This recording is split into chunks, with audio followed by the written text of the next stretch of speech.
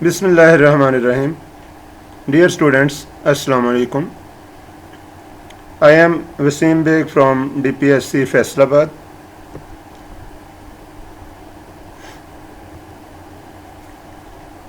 Class 10th computer science book आज हम start करने जा रहे हैं। 7 चैप्टर्स टोटल हैं जो हम इसमें स्टडी करेंगे। Chapter number 1 problem solving, chapter number 2 data types, assignments and input output statements, chapter number 3 control structure, chapter number 4 arrays, chapter number 5 subprogram and file handling, chapter number 6 graphics in basic, and chapter number 7 is Microsoft Word. आज हम chapter number 1 problem solving start करते हैं। इसमें 4 main topics हैं। 1.1 इसका intro होगा कि problem solving actually है क्या। 1.2 problem solving method, 1.3 algorithm and 1.4 flow chart.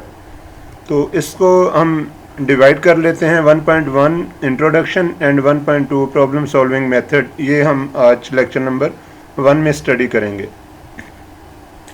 So let's start. What is a problem? ये सेम ऐसे ही है जैसे आपका एक फ्रेंड आपको कॉल करता है और कहता है यार मुझे एक प्रॉब्लम हो गई है, आई हैव अ प्रॉब्लम। ये वही प्रॉब्लम है। तो प्रॉब्लम को अगर हम सिस्टमेटिकली अंडरस्टैंड करना चाहें तो प्रॉब्लम क्या है? A problem is a situation preventing something from being achieved. The word comes from a Greek word meaning N obstacle, रुकावट। तो जब आप कुछ करना चाहते हों और दरमियान में रुकावट आ जाए तो हम उसे प्रॉब्लम का नाम देते हैं। Something that is in your way while you are trying to do something. Someone who has a problem must find a way of solving it.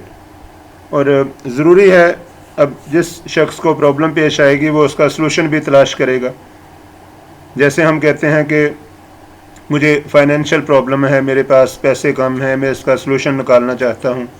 The means of solving a problem is called a solution.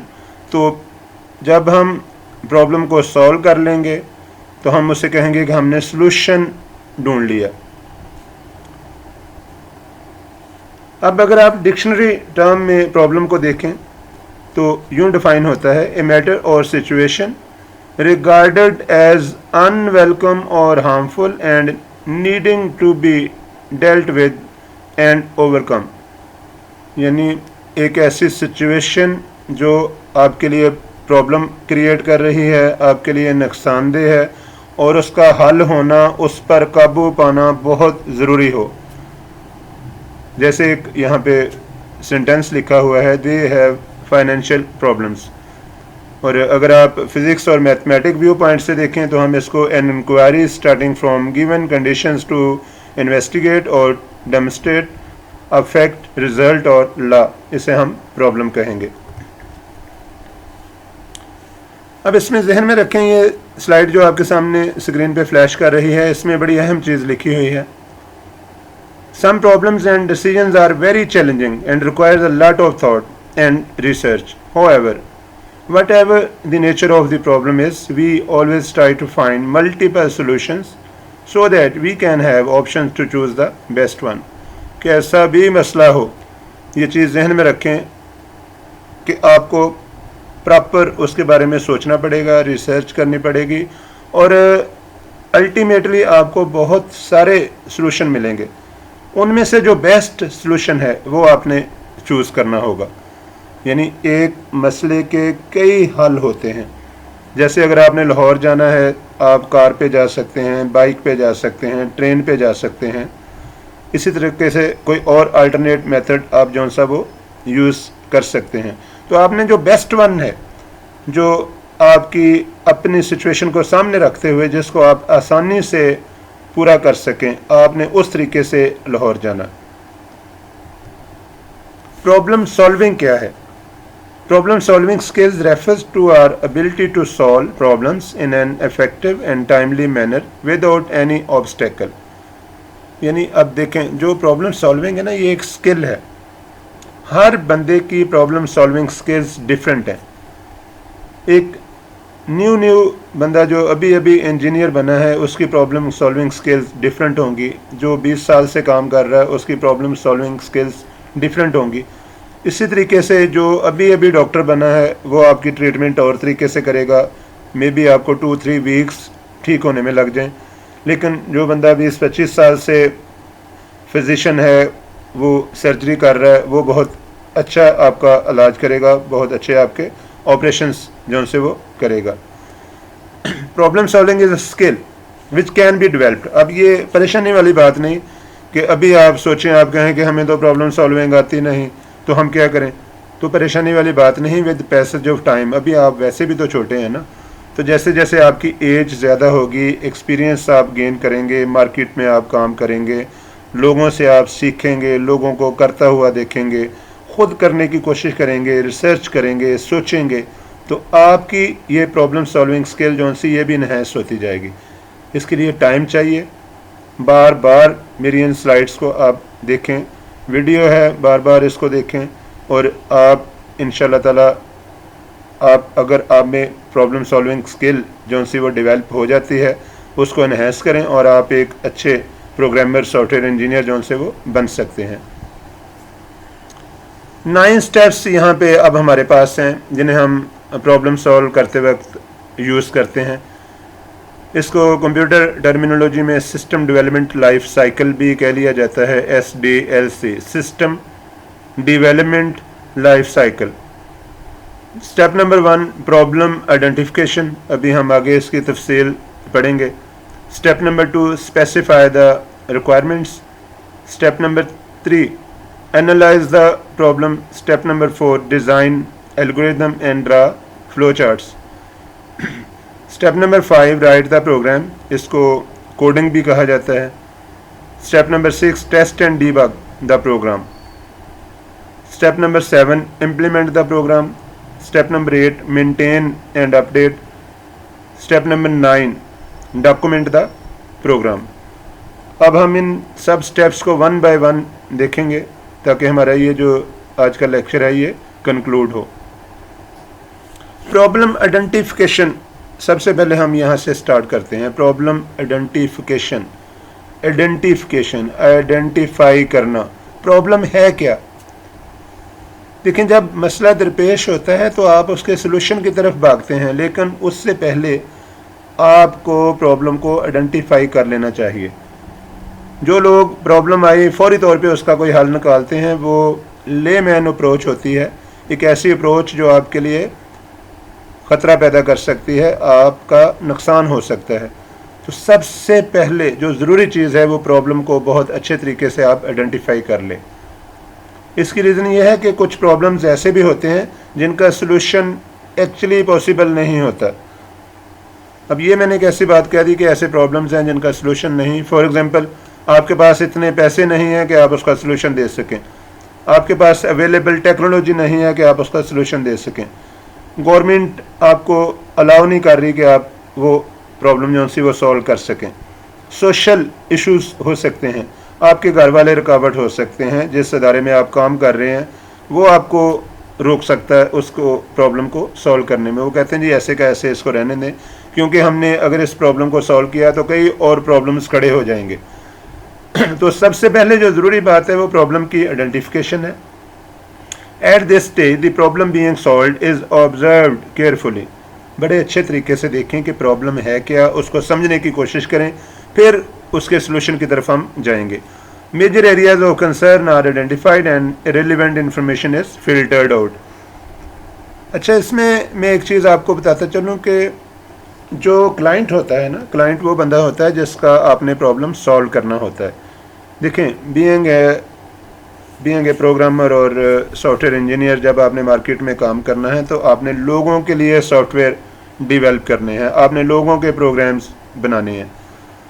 तो लोग जो आपको बताएंगे वो तो वो सब कुछ बता देंगे जो उनको आता है. उसमें से किस किस किस पोर्शन को आपने कंप्यूटराइज करना है। At this stage the problem being solved is observed carefully, major areas of concern are identified and relevant information is filtered out. यहाँ बार बार मैं वही बात आपको कर रहा हूँ कि जो प्रॉब्लम आइडेंटिफिकेशन है ये बहुत ज़रूरी है। अगर आपने प्रॉब्लम को आइडेंटिफाई नहीं किया तो आगे आने वाले जितने प्रोसेसेस हैं, जितने स्टेप्स हैं, वो सारे के सारे ज़ाया जाएंगे। इस स्टेज पे आपने प्रॉब्लम को अच्छे तरीके से आइडेंटिफाई कर लेना है। उसके बेनिफिट्स ये होंगे कि जब प्रॉब्लम आइडेंटिफाई हो जाएगा तो आगे आने वाली स्टेजेस आपके लिए बहुत आसान होंगी, फिर आपको कोई प्रॉब्लम जो सी वो पेश नहीं आएगी।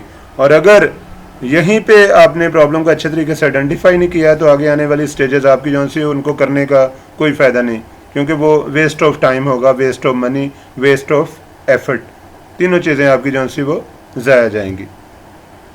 1.2.2 specify the requirements. Most of the user can not explain their exact software requirements. ये चीज़ जहन में रखें कि मैं इंडस्ट्री में जाता हूँ, वहाँ पे वो जो अपनी रिक्वायरमेंट्स देते हैं कि हमें ये प्रोग्राम कर दें, वो एक्चुअली बहुत सारी होती हैं और उनको एक्सप्लेन नहीं करनी आती होती। वो ख़ुद तो काम कर रहे होते हैं, वो 5 साल से 7 साल से 10 साल से एक ख़ास तरीके से वो काम कर रहे हैं, डेली वही काम कर रहे हैं, उनका वो रूटीन का काम है, रूटीन का काम है। लेकिन जब वो हमें बताना शुरू करते हैं तो वो अब लैक ऑफ इंफॉर्मेशन की वजह से, क्योंकि लाजमी नहीं कि वो बहुत अच्छा काम कर रहे हैं, बाज़ दफ़ा ये होता है कि एजुकेशन बहुत कम है उनकी, लेकिन वक्त के साथ साथ वो तरक्की कर गए और सुपरवाइज़र या अकाउंटेंट बन गए, तो उस वक्त जो वो चीज़ें एक्सप्लेन कर रहे होते हैं उनकी बाज़ दफ़ा हमें समझ नहीं आती, उसकी लॉजिक हमें क्लियर नहीं होती, और उनको बाज़ दफ़ा ये होता है कि उन्हें ख़ुद भी पता नहीं होता है कि वो क्या कुछ करवाना चाहते हैं। देखें, जब कंप्यूटराइजेशन की तरफ हम जाते हैं तो अब एक अगर आप इंडस्ट्री की एग्जांपल लें, वहाँ तो बहुत सारे प्रोसेसेस हैं। जैसे वहाँ पे HR सिस्टम है, अकाउंट सिस्टम है, इन्वेंट्री सिस्टम है, वहाँ पे पेरोल सिस्टम चल रहा है, वहाँ पे सेल टैक्स मैनेजमेंट का सिस्टम चल रहा है, वहाँ पे प्रोडक्शन सिस्टम चल रहा है, ग्रे क्लॉथ मैनेजमेंट हो रही है, प्रिंटेड क्लॉथ जो सी वो हैं, सेल डिपो है, पॉइंट ऑफ सेल्स हैं उनके। आपने उसमें से कौन कौन सी रिक्वायरमेंट्स जो सी वो उनकी पूरी करनी है। तो इस स्टेज पे 1.2.2 स्पेसिफाई द रिक्वायरमेंट पे हम एक्चुअली उनसे वो रिक्वायरमेंट्स लेंगे जो उन्होंने कंप्यूटराइज करवानी है, फिर हम उनको स्पेसिफाई कर लेंगे, यानी उनसे हम दोबारा पूछ के उनसे कंफर्म करके बाकायदा हम उनके साथ एक कॉन्ट्रैक्ट कर लेंगे कि आपने ये काम करने के लिए हमें ऑर्डर दिया है, और इसी को हम आगे जो सा वो प्रोग्राम करेंगे। 1.2.3 एनालाइज द प्रॉब्लम। अब रिक्वायरमेंट्स आपने स्पेसिफाई कर ली, आपने कहा जी ये फॉर एग्जांपल 30 मेजर रिक्वायरमेंट्स हैं जिनको फुलफ़िल करना है। अब आपने उनमें से हर एक रिक्वायरमेंट जो सी है उसको एनालाइज करना, उसका जायज़ा लेना, आपने देखना है कि वो रिक्वायरमेंट वहाँ पे मैनुअल तरीके से कैसे पूरी हो रही है, कौन कौन बंदा उसमें शामिल है, कहाँ कहाँ पे डेटा एंट्री हो रही है, किस तरीके से आउटपुट रिपोर्ट्स जो सी वो बन रही हैं। ये सारा कुछ आपने 1.2.3 एनालाइज दी प्रॉब्लम में करना। इसमें आपको लोगों के इंटरव्यू भी करने पड़ सकते हैं, आपको लोगों को क्वेश्चनेयर भी देने पड़ सकते हैं। बस दफ़ा ये होता है कि जब आप वहाँ जाते हैं वो कहते हैं ये आप रोज़ाना आ जाते हैं, हमारा टाइम बड़ा ज़ाया होता है, तो आप 5 बजे के बाद आया करें। तो उस सूरत में आप उनको क्वेश्चनेयर दें, या आप व्हाट्सएप ग्रुप बना लें, उनसे कहें जी हमें बताएं कि ये प्रॉब्लम कैसे है। आप उनको ये कहें कि जब आपके पास फ्री टाइम हो मैं आपको कॉल कर लूँगा, तो आप मुझे बता दें कि किस तरीके से ये रिक्वायरमेंट जो सी वो पूरी होनी है। जब तक एनालिसिस नहीं होगा आप एक अच्छा प्रोग्राम नहीं बना सकते। जितना टाइम आप एनालिसिस पे लगाएंगे उतना ही अच्छा आपका प्रोग्राम बनेगा। तो ये चीज़ ध्यान में रखें कि 1.2.3 एनालाइज दी प्रॉब्लम, ये बहुत इम्पोर्टेंट इशू है। अगर आपने प्रॉब्लम को एनालाइज नहीं किया तो प्रोग्राम जो सा वो बस आपका ऐसे ही लो क्वालिटी सॉफ्टवेयर जो सा वो बनेगा। This technique is known as top down design, also called divide and conquer rule. अब देखें एनालाइज दी प्रॉब्लम में क्या होता है। जैसे मिसाल के तौर पे मैं एग्जांपल देता हूँ कि शादी का फंक्शन है, अब उसमें बहुत सारे सब फंक्शन बना लिए जाते हैं। मेहंदी का फंक्शन एक बंदे की ज़िम्मेदारी लगा दी गई, वलीमा किसी और की ज़िम्मेदारी लगा दी गई, जो बारात की रिसेप्शन है किसी और की ज़िम्मेदारी लगा दी गई, टेंटिंग की ज़िम्मेदारी किसी और को दे दी गई। तो एक बड़े प्रॉब्लम को जो सा वो उसका ब्रेक डाउन कर दिया गया छोटे प्रॉब्लम्स में, जिन्हें हम सब प्रॉब्लम्स कह सकते हैं। और इसको यहाँ कंप्यूटर टर्मिनोलॉजी में टॉप डाउन डिज़ाइन कहा जाएगा, या इसे हम डिवाइड एंड कंकर भी कहते हैं, डिवाइड एंड कंकर रूल। जैसे अगर फॉर एग्जांपल दुश्मन की आर्मी बहुत बड़ी है तो आप उसको छोटे छोटे ग्रुप्स में डिवाइड कर दें, मजबूर कर दें उनको कि वो छोटे छोटे ग्रुप्स में आपसे लड़ें, तो फिर आप जीत जाएंगे। जैसे मूवी में आप देखते हैं कि हीरो के पीछे 10 लोग लगे हुए हैं तो वो किसी जगह छुप के अकेले अकेले को ढूंढ के मारता है। तो सेम लाइक अगर प्रॉब्लम बहुत बड़ा है तो आप उस प्रॉब्लम का ब्रेक डाउन कर लें, उसको छोटे प्रॉब्लम्स में जो सा वो डिवाइड कर लें, फिर वन बाय वन छोटे प्रॉब्लम्स को सॉल्व करें और अल्टीमेटली आपका बड़ा प्रॉब्लम जो सा वो सॉल्व हो जाएगा। Design algorithm and draw flow charts, ये आपका 1.2.4 टॉपिक है। अब जो एल्गोरिथम है इस टर्म से कंफ्यूज ना हो, algorithm step by step solution of a problem, इसे हम कहते हैं step by step solution of a problem is called an algorithm. और जो ये स्टेप्स हैं ये फाइनाइट होते हैं, ये चीज़ ध्यान में रखें, ये फाइनाइट स्टेप्स होंगे, ये इनका एक ख़ास नंबर होगा, 5 होंगे, 500 होंगे या 5000 होंगे। आप ये नहीं कह सकते अननोन स्टेप्स, यानी ये लामहदूद नहीं हो सकते वरना प्रोग्राम कभी बनेगा ही नहीं। तो ये स्टेप्स होंगे फाइनाइट स्टेप्स। तो अगर आपको स्टेप्स का पता नहीं है तो इसका मतलब आपका एल्गोरिथम जो सा वो बहुत वीक है। तो ये चीज़ ध्यान में रखें। Designing the algorithm requires to develop a finite list of steps to solve a problem. It is then verified that whether the algorithm solve the problem as intended और नॉट। तो जब हम एल्गोरिथम बना लेते हैं उसके बाद उसके स्टेप्स को देख के पता चलता है कि ये वाला एल्गोरिथम जो सा ये प्रॉब्लम के सलूशन में मुफीद या कारआमद होगा या नहीं। और आमतौर से जो एल्गोरिथम है इसमें जो स्टेप्स परफॉर्म किए जाते हैं उसमें गेट डेटा, जिसे आप इनपुट भी कहते हैं, परफॉर्म कंप्यूटेशन जिसे प्रोसेसिंग भी कहा जाता है, और डिस्प्ले रिजल्ट्स जिसको आउटपुट भी कहा जाता है। इसी में जब आप एल्गोरिथम बना लेते हैं तो उसके बाद डेस्क चेकिंग होती है। अभी डेस्क चेकिंग ये वो मरहला है कि इसमें अभी कंप्यूटर का इस्तेमाल नहीं हो रहा, क्योंकि अभी आपने सिर्फ डिज़ाइन किया प्रोग्राम को, अभी प्रोग्राम को आपने कोड नहीं किया, कोड तो आगे वाली स्टेजेस पे होगा। तो डेस्क चेकिंग में हम एल्गोरिथम जो सा उसकी वैलिडिटी को चेक करते हैं कि एल्गोरिथम जो लिखा गया है उसको मैनुअल तरीके से हम चेक कर लेते हैं कि क्या ये काम देगा या नहीं।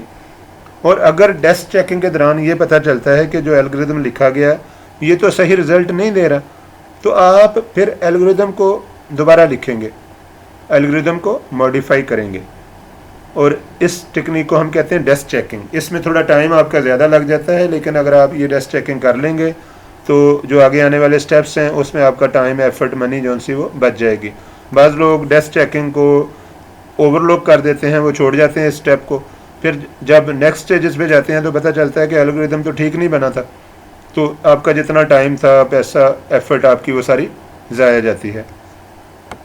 फ़्लो चार्ट्स बना लिए जाते हैं। फ़्लो चार्ट सिंपल सी टर्म में जहन में रखें, फ़्लो चार्ट्स यानी बहाव जो सा वो चार्ट में दिखाना कि डेटा कैसे बह रहा है, डेटा का फ़्लो क्या है, इनपुट कैसे प्रोसेस होकर आउटपुट बन रही है, ये आपने फ़्लो चार्ट्स में दिखाना होता है।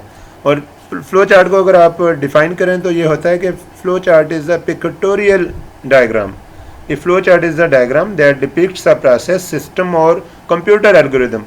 Flow chart sometimes spelled as flow chart, separate भी लिख सकते हैं।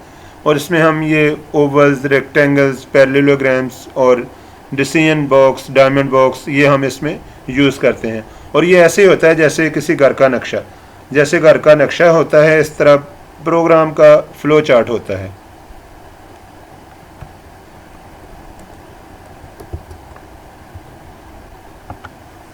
अब हम 1.2.5 राइट द प्रोग्राम कोडिंग की तरफ चलते हैं। This step involves the conversion of an algorithm to a program written in any programming language. For this purpose, the programmer must know the syntax of the programming language chosen. अब जो ये वाला step है 1.2.5 right the programme, या जिसे हम coding भी कहते हैं, इसमें अब एक्चुअली कंप्यूटर का इस्तेमाल शुरू होगा। इसमें कंप्यूटर यूज़ किया जाएगा, इसमें कोई कंप्यूटर प्रोग्रामिंग लैंग्वेज जो सी वो यूज़ की जाएगी। जो लास्ट स्टेप्स गुजर चुके हैं जिसमें 1.2.3 एनालाइज द प्रॉब्लम, इस स्टेज पे कंप्यूटर प्रोग्रामिंग लैंग्वेज का इंतखाब हो जाता है। इस जगह पे पता चल जाता है कि जो प्रॉब्लम है वो कितनी बड़ी है, इस प्रॉब्लम के सलूशन के लिए कौन सी प्रोग्रामिंग लैंग्वेज जो सी वो बेस्ट रहेगी, किसका डेटा स्ट्रक्चर अच्छा है, कौन सी लैंग्वेज बहुत ज़्यादा डेटा को डील कर सकती है। यहाँ पे डिसाइड कर लिया जाता है कि कौन सी कंप्यूटर प्रोग्रामिंग लैंग्वेज जो सी वो यूज़ की जाएगी। और फिर इस स्टेप पे आके जब आप राइट करते हैं कोड, तो 1.2.5 पे आपने क्या करना होता है कि आपने उस प्रोग्रामिंग लैंग्वेज की मदद से प्रोग्राम का कोड लिखना शुरू कर देना।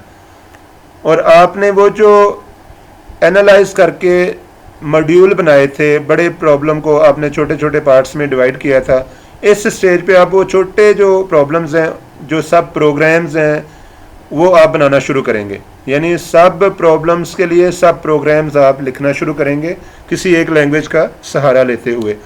ये भी पॉसिबल है कि आपको एक से ज़्यादा लैंग्वेजेस यूज़ करनी पड़े।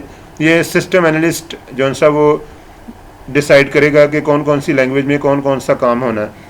जैसे फॉर एग्जांपल अगर एक लैंग्वेज अगर आप ओरेकल यूज़ कर रहे हैं तो फ्रंट एंड पे आप फॉर एग्जांपल PHP यूज़ कर रहे हैं, तो ये पॉसिबल है कि किसी एक प्रोग्राम की डेवलपमेंट के दौरान एक से ज़्यादा लैंग्वेजेस जो सी वो यूज़ हों। और जो भी आप लैंग्वेज जो सी वो यूज़ करेंगे उसकी कमांड्स को लिखने का एक ख़ास तरीका होता है जिसे सिंटैक्स कहा जाता है। सिंटैक्स को आपने ज़रूर फॉलो करना है, अदरवाइज़ आपको एरर्स आएंगे। सिंटैक्स क्या है? The grammatical rules of programming language to write programs are referred to as syntax of that programming language. जैसे इंग्लिश ग्रामर है, तो आप अगर कहते हैं ही इज़ अ बॉय, तो अभी मैंने बात की ही इज़ अ बॉय, तो आपको फ़ौरन पता चल गया कि इज़ एक दफ़ा इस्तेमाल होना था, क्योंकि इंग्लिश जो लैंग्वेज की ग्रामर है वो आपको अलाउ नहीं करती कि 2 टाइम्स आप इज़ यूज़ करें। सेम लाइक जो कंप्यूटर प्रोग्रामिंग लैंग्वेजेस हैं उसमें भी कमांड को लिखने का एक ख़ास तरीका होता है। स्मॉल लेटर्स में लिखना है, कैपिटल लेटर में लिखना है तो कैपिटल में ही लिखना है वरना एरर आएगा। सिंगल कोट्स में आपने लिखना है या डबल कोट्स में लिखना है, ये आपको वहाँ पे ध्यान रखना पड़ता है। अगर आप इन चीज़ों का ख्याल नहीं रखेंगे तो एरर्स आएंगे, और ऐसे एरर्स जो प्रोग्रामिंग लैंग्वेज की कमांड्स को गलत लिखने की वजह से आए, यानी अगर आपने कमांड्स को प्रॉपर तरीके से नहीं लिखा तो जो एरर्स आएंगे उनको हम सिंटैक्स एरर्स कहेंगे, सिंटैक्स एरर्स। अब जब आप कोड करते जाते हैं तो साथ साथ आपको टेस्ट भी करना पड़ता है कि जो मैं कोड लिख रहा हूँ क्या ये सही काम कर रहा कि नहीं। सही काम से मुराद मीन के जो एल्गोरिदम लिखा था क्या ये कोड उसके मुताबिक आउटपुट दे रहा है कि नहीं। यानी एल्गोरिदम हमने लिख लिया, उसके बाद हमने कोड जब लिखा तो कोड को हम टेस्ट करते हैं, रन कर के बार बार प्रोग्राम को रन करते हैं और देखते हैं कि क्या प्रोग्राम हमें सही आउटपुट दे रहा है कि नहीं। अगर प्रोग्राम हमें सही आउटपुट नहीं दे रहा तो हम फिर दोबारा टेस्ट करते हैं, यानी कोड को मॉडिफाई करते हैं, टेस्ट करते हैं। और अगर फॉर एग्जांपल एरर्स आ रहे हैं तो हम उन एरर्स को फाइंड करते हैं और फाइंड करके दोबारा उनको करेक्ट करते हैं, और इस प्रोसेस को कहा जाता है debugging. Debugging is the process of finding and removing errors in the program. तो टेस्टिंग के दौरान जो एरर्स आएंगे, जब आप उनको फाइंड करेंगे और उनको आप फिक्स करेंगे, उनको आप करेक्ट करेंगे, तो इस प्रोसेस को हम कहेंगे डीबगिंग। जितनी ज़्यादा टेस्टिंग आप करेंगे उतने ज़्यादा अच्छे आपके प्रोग्राम्स बनेंगे। अगर आप टेस्टिंग बिल्कुल नहीं करते तो प्रोग्राम आपके लो क्वालिटी बनेंगे, बहुत से एरर्स आएंगे, और आपके जो क्लाइंट्स हैं जिन्होंने आपसे प्रोग्राम बनवाया है वो या तो आपका प्रोग्राम यूज़ ही नहीं करेंगे या आपको डेली उनके पास जाना पड़ेगा एरर्स को ठीक करने के लिए, और आपकी रिप्यूट भी ख़राब होगी। 3 तरह के एरर्स हो सकते हैं जिनको आप डीबगिंग में फाइंड करते हैं और उनको करेक्ट करते हैं। सिंटैक्स एरर्स हो सकते हैं, लॉजिकल एरर्स हो सकते हैं, और रन टाइम एरर्स हो सकते हैं।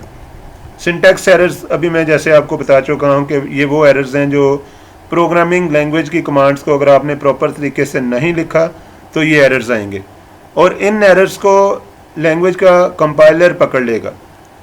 कंपाइलर क्या होता है? ये एक लैंग्वेज ट्रांसलेटर होता है।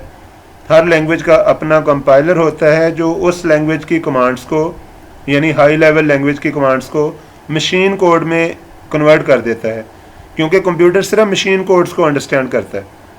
तो हर कमांड जो आप हाई लेवल लैंग्वेज में लिखते हैं उसको आपको ट्रांसलेट करना पड़ता है लो लेवल लैंग्वेज में, मशीन लैंग्वेज में, और इसके लिए ट्रांसलेटर्स यूज़ होते हैं। और अगर आपने कमांड्स को प्रॉपरली जो सा वो नहीं लिखा, प्रॉपरली यूज़ नहीं किया, तो जो लैंग्वेज ट्रांसलेटर है या कंपाइलर है वो आपको एरर्स पॉइंट आउट कर देगा। और ऐसे एरर्स जो लैंग्वेज की कमांड्स को इम्प्रॉपर तरीके से लिखने की वजह से आए, जैसे आपने प्रिंट लिखना था लेकिन आपने प्रिंट लिख दिया जो स्क्रीन पे आपको नज़र आ रहा है, तो आपको सिंटैक्स एरर आएगा। फिर आप प्रिंट की जगह प्रिंट उसको ठीक करके दोबारा कंपाइल करेंगे तो प्रोग्राम आपका एक्यूरेटली एग्जीक्यूट हो जाएगा। सेकंड टाइप के जो एरर्स हैं वो लॉजिकल एरर्स हैं। Logical errors occur when a program follows a wrong logic. तो जो लॉजिक एरर्स हैं या लॉजिकल एरर्स हैं ये आपकी लॉजिक की वजह से होते हैं। यानी अब जहन में रखें कि जो ट्रांसलेटर या इंटरप्रेटर है वो इन एरर्स को आइडेंटिफाई नहीं करेगा। ये वो एरर्स हैं जिनको लैंग्वेज ट्रांसलेटर या इंटरप्रेटर आइडेंटिफाई नहीं कर सकता, क्योंकि उसे क्या पता कि आपने ये फार्मूला गलत लिखा है। फार्मूला तो फार्मूला होता है। तो अगर आपकी अपनी विजन कम है तो लॉजिकल एरर्स जो उनसे वो ज़्यादा आएंगे।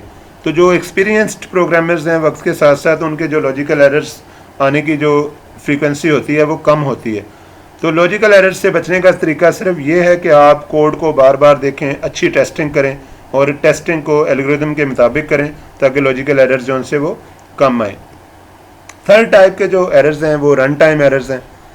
A runtime error occur when the program directs the computer to perform an illegal operation such as dividing a number by 0।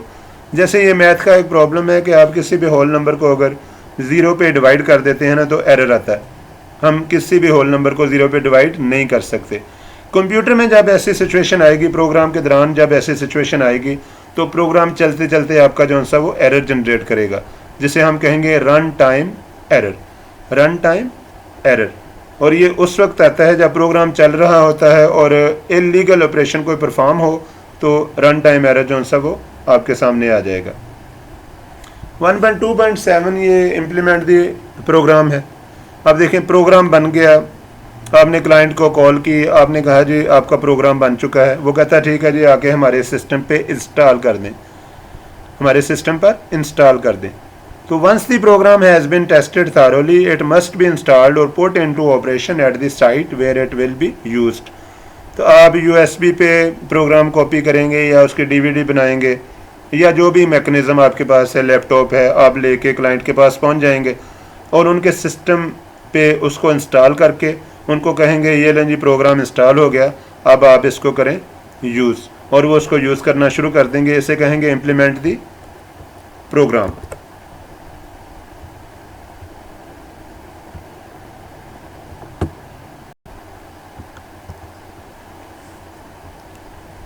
One 1.2.8 maintain and update the programme.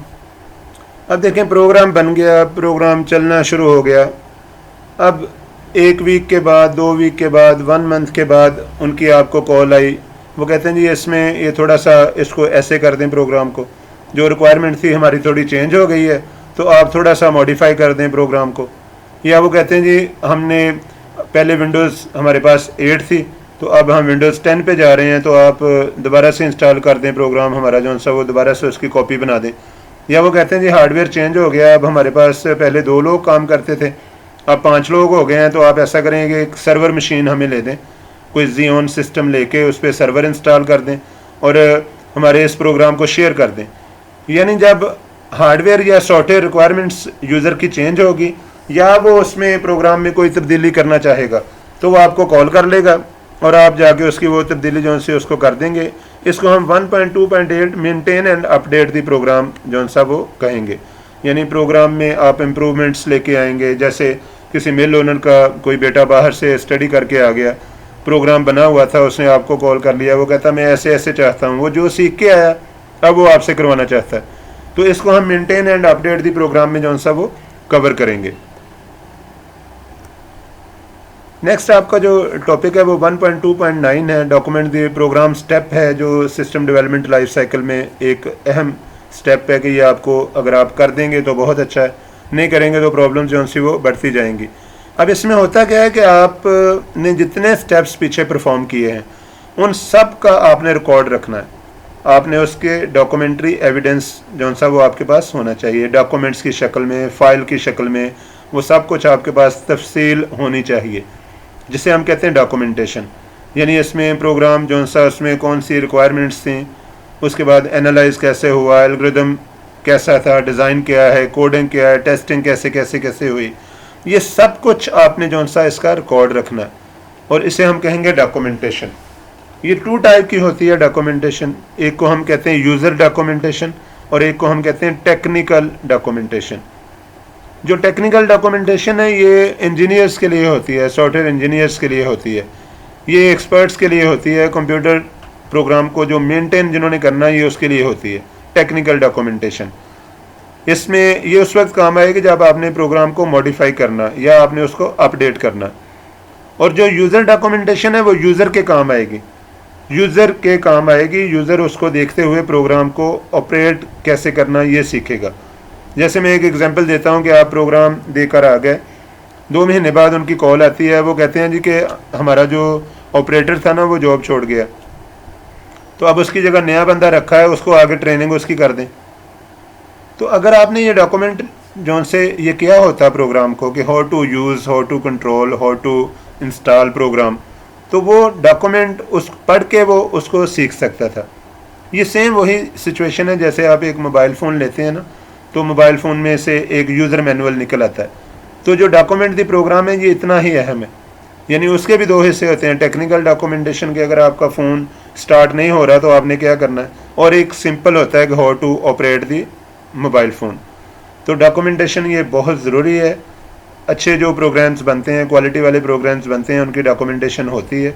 Even के जो Windows है इसकी documentation वही है, जो आप F1 प्रेस करते हैं ना तो हेल्प सामने आ जाती है, वो एक्चुअली उसकी डॉक्यूमेंटेशन है। हेल्प डॉक्यूमेंटेशन एक ही चीज़ है, डॉक्यूमेंटेशन या हेल्प। डॉक्यूमेंटेशन के जो कंटेंट्स हैं इसमें description of what the program is suppose to do, यानी डॉक्यूमेंटेशन में ये लिखा होना चाहिए कि इस प्रोग्राम से क्या क्या तवक्कुआत हैं, ये क्या कुछ कर सकता है। Description of the problem solution, जो एल्गोरिथम लिखे गए उसका तफसील से जिक्र होगा डॉक्यूमेंटेशन में। इसके अलावा जो प्रोग्राम का डिज़ाइन है, जैसे हमने फ़्लो चार्ट कहा, वो भी इसमें होगा, ये description of the program design. Description of the program's testing process, अब देखें कौन कौन से टेस्ट हुए, वो सारे सक्सेसफुल हुए या उसमें से कुछ फेल भी हुए, वो भी आपने डॉक्यूमेंटेशन में लिखना है। अगर टेस्ट सारे सक्सेसफुल थे और बाद में प्रॉब्लम आ गई तो हमें देखना पड़ेगा कि शायद हमने टेस्ट करने के लिए टेस्ट केसेस जो बनाए थे वो ठीक नहीं थे, हमें दोबारा से टेस्टिंग करनी पड़ेगी। तो डॉक्यूमेंटेशन में टेस्टिंग प्रोसेस का भी जिक्र होना चाहिए। और इसके अलावा description of all the corrections, modifications and updates made to the program, ये उसमें होनी चाहिए।